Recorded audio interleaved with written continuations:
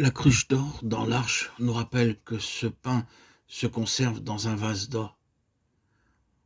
Nous avons déjà vu que l'or dans la Bible est un symbole de la nature divine. Ceux qui ne sont pas nés de nouveau ne possèdent pas la nature divine.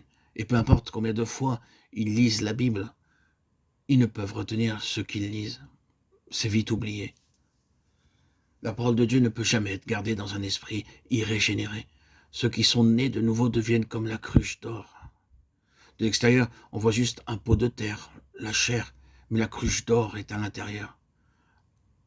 Il est fait ici mention de la nature divine.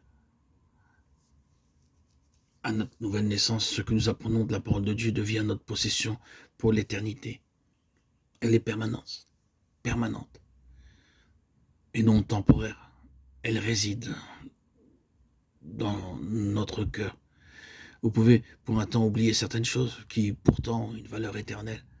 Elles sont néanmoins écrites dans notre cœur par le Saint-Esprit qui les rappellera à notre mémoire dans les temps de besoin. C'est le cadeau délicieux qui nous a été offert par notre baptême. Nous qui avons été sauvés, nous avons reçu ce précieux cadeau qu'est le Saint-Esprit dans cet écrin qui est son temple, notre temple intérieur, notre cœur. Le Saint-Esprit agit en nous. La parole de Dieu doit continuellement, en abondance, abondamment habiter en nous, afin qu'il y ait de la manne dans nos peaux. Cette manne vient dans nos cœurs dans un double dessein, enseigner et exhorter.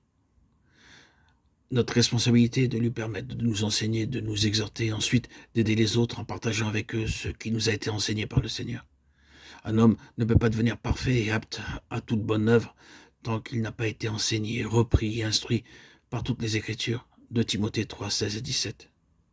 Si la parole de Dieu vit en vous, elle vous instruira et vous corrigera, ainsi que les autres, par votre moyen.